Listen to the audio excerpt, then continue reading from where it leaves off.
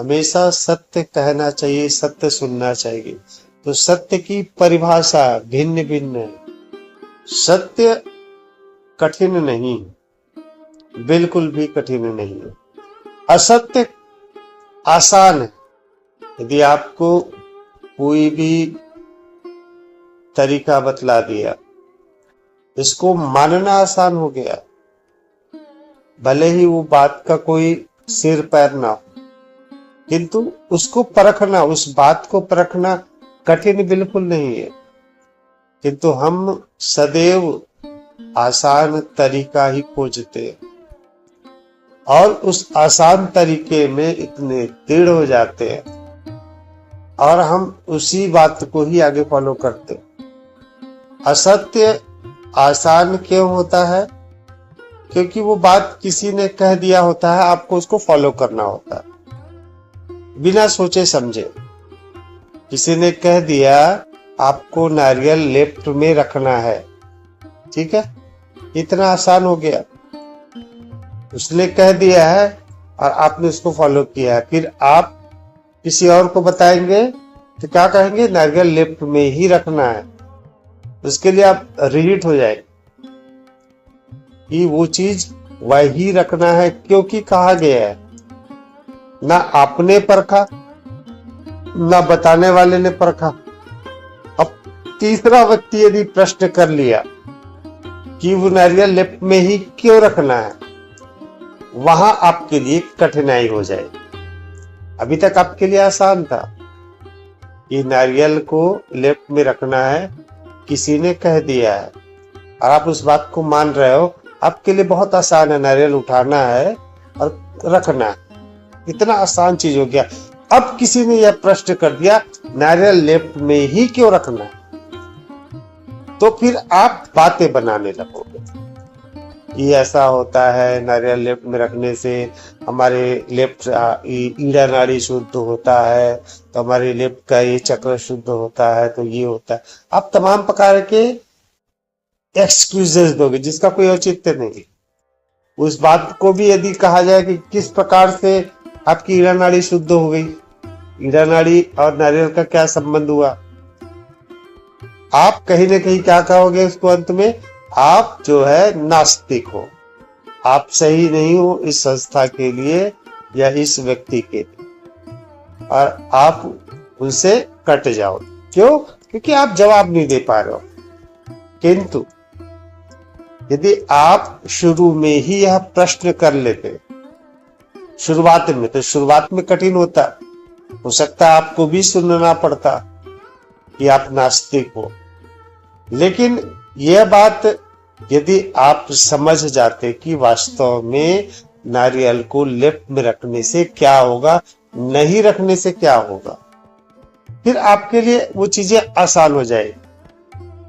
पहला चीज truly follow करना वो आसान है, लेकिन वो अंधविश्वास है।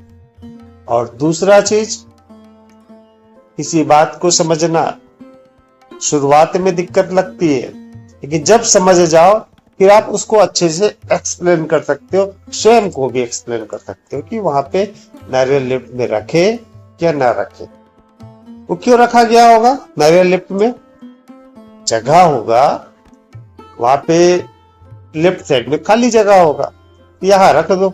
अब उसको आपकी श्रद्धा है उस व्यक्ति के प्रति, तो आपने क्या कह दिया कि ये रूल है, ये नियम है कि नारियल यहाँ पे ही रखना है। यदि आप शुरुआत में ही पूछ लेते कि आप नारियल यहाँ पे क्यों रखे, तो बता देते कि नारियल लेफ्ट में कहाँ रखो क्योंकि ये जगह यहाँ पे खाली है।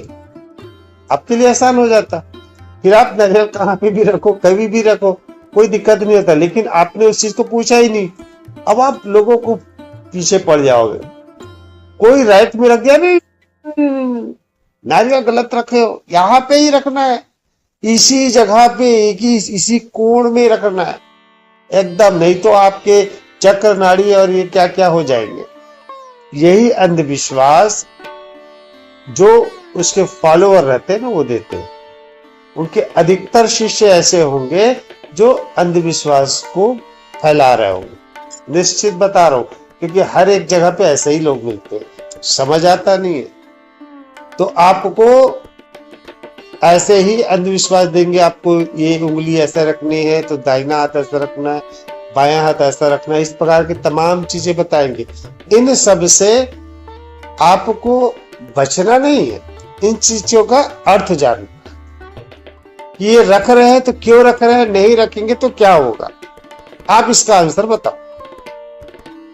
अधिक से अधिक ये होगा, आपको आश्रम से निकाल दिया जाएगा, उससे अधिक कुछ नहीं होगा। किंतु वो प्रश्न आपके पास आनी चाहिए आपके स्वयं के उत्थान के लिए, क्योंकि आप किसी को फॉलो करने नहीं जा रहे हो, आप वहां पे सत्य खोजने जा रहे हो।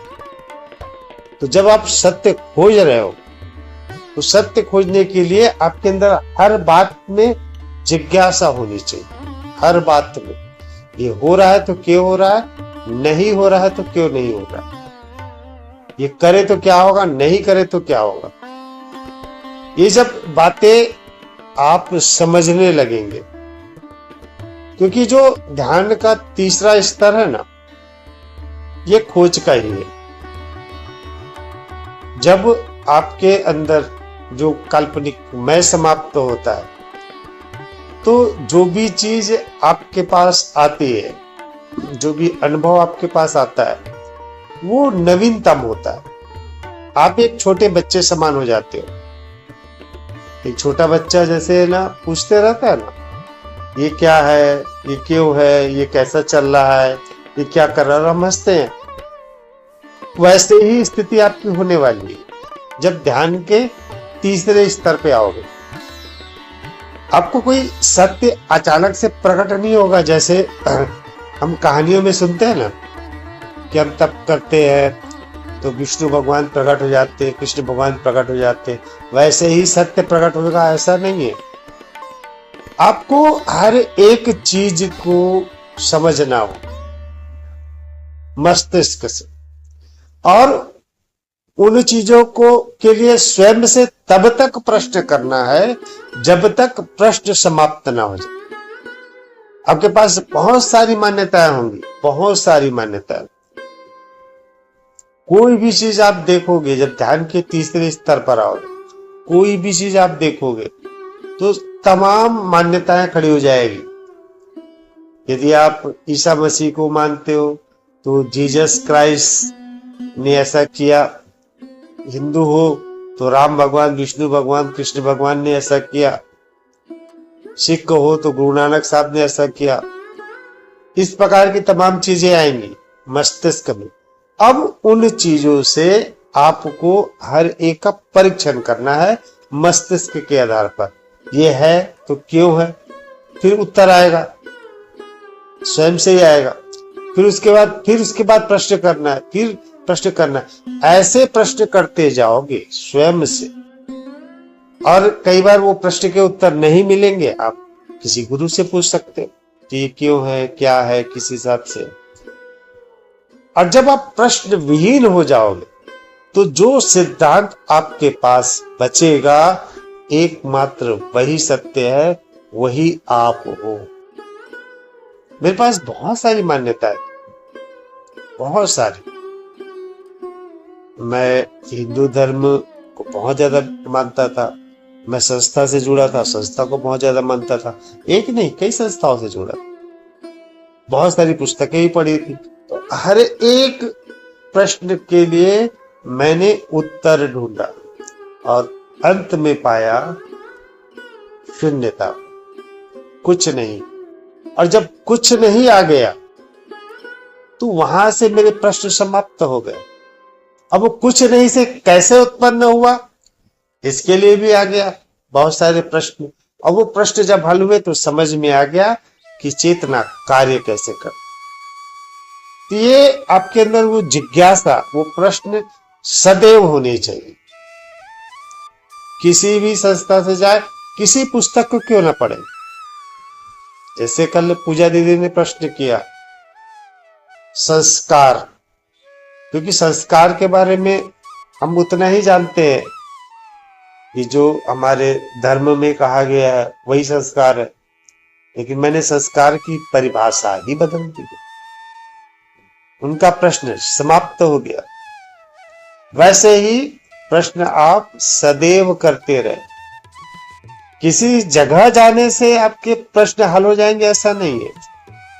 जब तक आप प्रश्न विहीन ना हो जाओ, आपका मस्तिष्क प्रश्नों से को समाप्त ना कर दे, तब तक आप सत्य को प्राप्त नहीं कर सकते। महर्षि रमन एक ही बात कहते थे।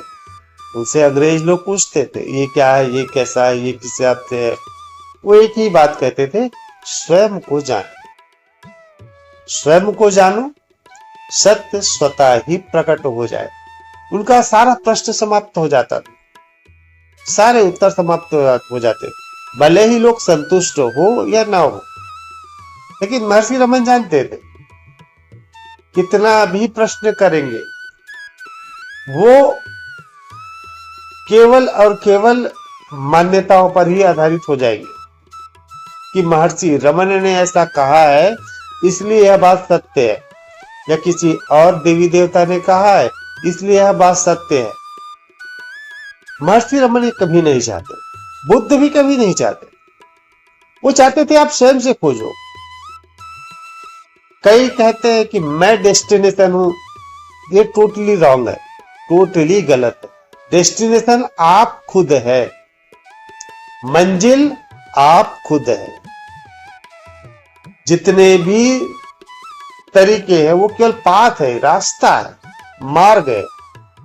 और मैंने स्वयं कहा कि मैं केवल एक मार्ग हूं, डेस्टिनेशन आप हो, स्वयं।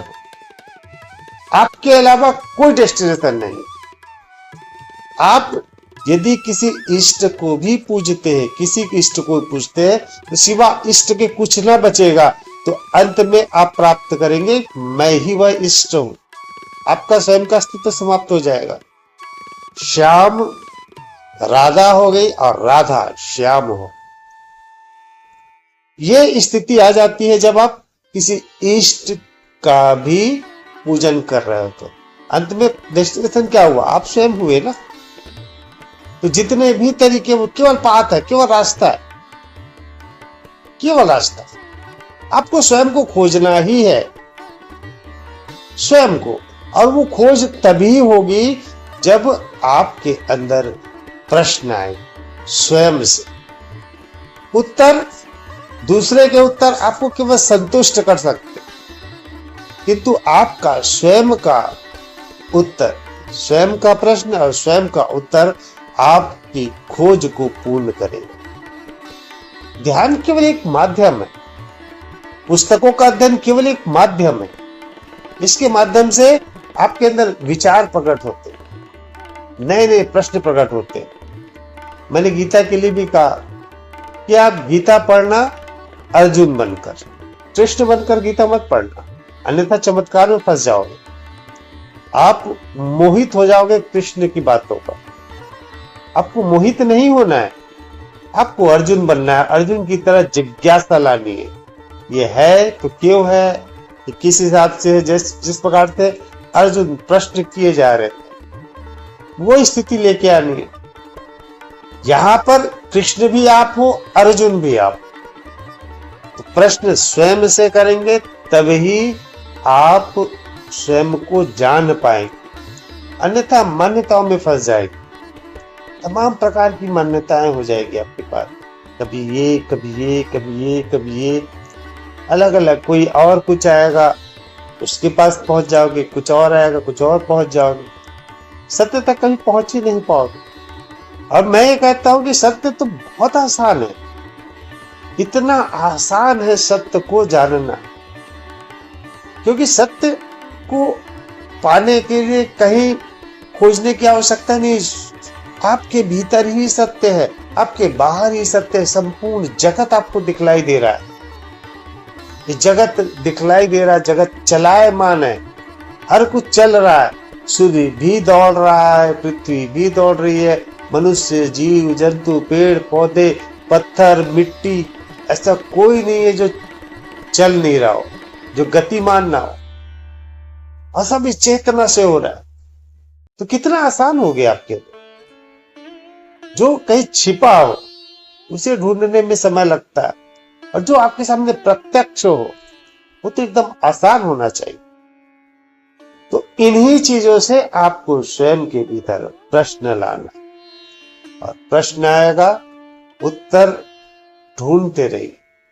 अलग अलग मान्यताओं से, पुस्तकों से परेशान कर दीजिए स्वयं, निश्चित तौर पे उत्तर मिलेगा। और जब उत्तर मिलना शुरू होगा फिर वो इतना आसानी से हल होने लगता है, आप उस सत्य तक पहुंच ही जाओगे, वास्तविकता तक पहुंच ही जाओगे। सबके लिए सत्य समझना अलग अलग हो सकता है। जैसे मीरा के लिए सत्य क्या है? केवल कृष्ण। तुलसीदास के लिए सत्य क्या है? केवल राम है। वशिष्ठ के लिए सत्य क्या है? केवल विष्णु जी है। प्रहलाद के लिए सत्य क्या है? विष्णु जी है। बुद्ध के लिए सत्य क्या है? शून्य है। तो वो जो नाम दे रहे हैं या वो जिस चीज को अनुभव कर रहे हैं वो अपने स्वभाव के अनुसार अनुभव कर रहे हैं, लेकिन सबका अर्थ एक ही है। सारे के सारे एक ही बात को दोहरा रहे हैं, अद्वैत को। मीरा से बात करते ना आप, मीरा कहती सब कुछ कृष्ण है, मैं भी कृष्ण हूं, ये भी कृष्ण है, वो भी। वे सिवा कृष्ण के कुछ समझ नहीं आता। मीरा का यही कहना होगा, वही तुलसीदास का भी कहना होगा कि सब मुझे राम ही दिखलाई दे रहे हैं। और बुद्ध से यदि आप बात करते तो बुद्ध यही कहते, केवल शून्यता है, सब स्वतः ही हो रहा है, केवल शून्य से ही सब प्रकट हो रहा है। ये चेतना स्वतः ही सब चीजों का निर्माण कर रही है। बुद्ध का ये कहना होता। बात क्या कर रहे?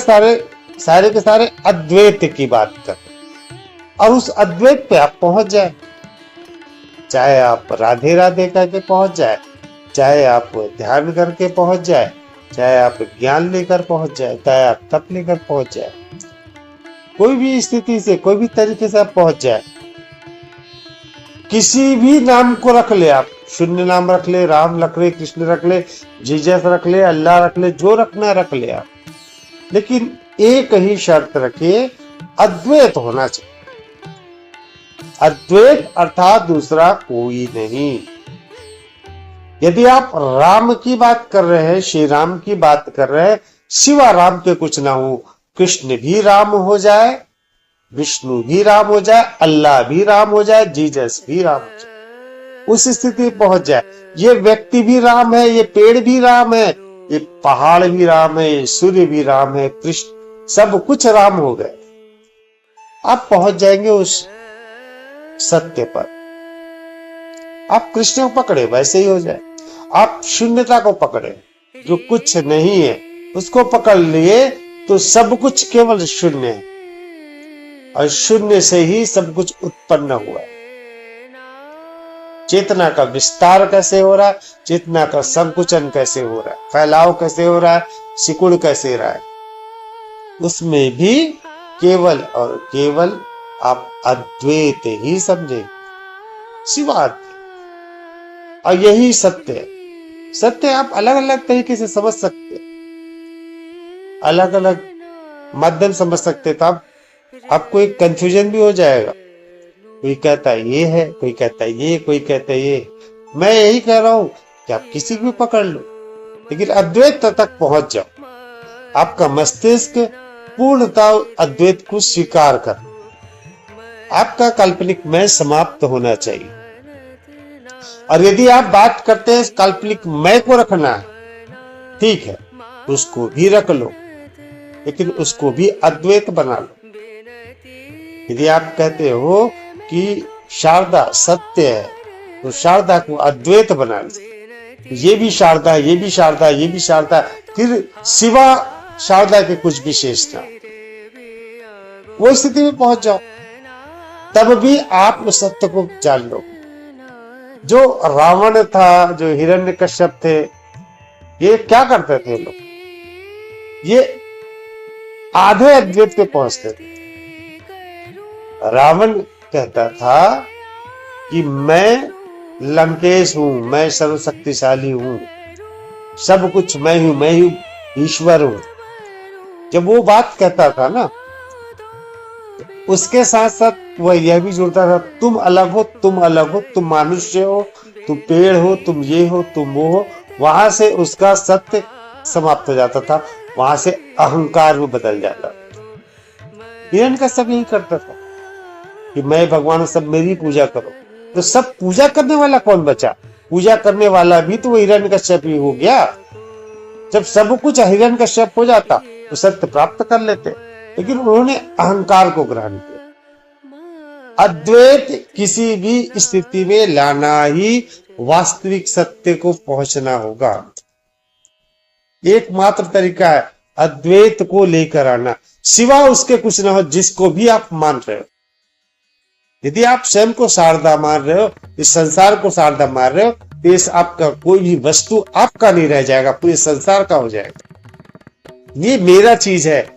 जब अद्वैत शारदा ही भगवान हो गई तो शारदा का सारा चीज सबको ही भगवान हो, सबको वही हो गया ना शारदा। तो फिर वो किसी चीज के प्रति मोह समाप्त हो जाना चाहिए, तब तो उस अद्वैत का महत्व होगा। नहीं, ये मेरा चीज है, तुम अलग हो, मैं भगवान हूं, ये गलत। कई संस्थाएं यही करती है ना, स्वयं को भगवान घोषित करके मैं हूं अलग, तुम अलग हो, वो अहंकार है।